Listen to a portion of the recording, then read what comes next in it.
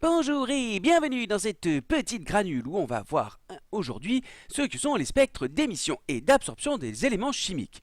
Alors prenons par exemple ce dispositif expérimental ici.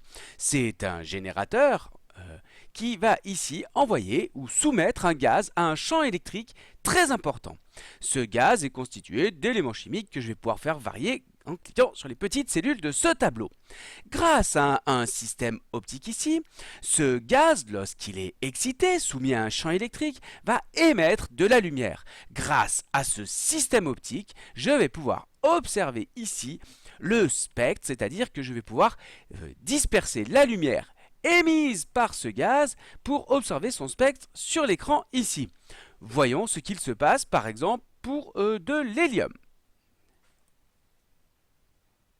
Donc on observe ce qu'on appelle un spectre d'émission puisque le gaz émet de la lumière et ce spectre d'émission a un fond sombre sur lequel se superposent un certain nombre de raies.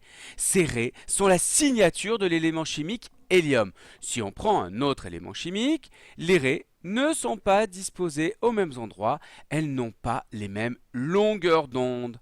Voilà différents spectres très différents d'un élément chimique à l'autre, et donc grâce à ce spectre d'émission, on va pouvoir identifier un élément chimique.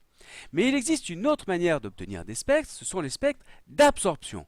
Alors si cette fois-ci j'ai une source de lumière ici polychromatique qui couvre tout le spectre et que je fais passer cette lumière à travers d'une enceinte contenant un gaz, mon système ici, optique ici, va permettre de disperser la lumière et je vais observer le spectre dans ce cas de figure sur cet écran ici.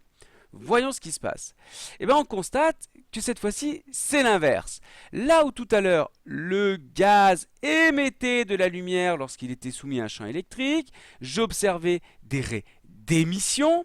Et bien cette fois-ci, lorsque je prends de la lumière polychromatique et que je la fais traverser ce même gaz, on observera des raies d'absorption. Dans ce cas-là, le gaz absorbe les raies, les mêmes raies que l'élément chimique était capable d'émettre. Ici, on a un spectre d'émission et ici un spectre d'absorption. Ici, le gaz émet de la lumière et ici, le gaz absorbe certaines radiations.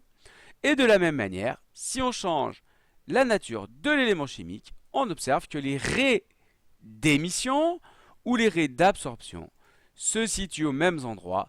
Ce sont deux techniques qui vont permettre d'identifier des éléments chimiques à partir de leur spectre d'émission ou d'absorption. Voilà, j'espère que vous avez observé un petit peu plus sur les spectres d'émission et d'absorption. Et moi je vous dis, à plus en classe!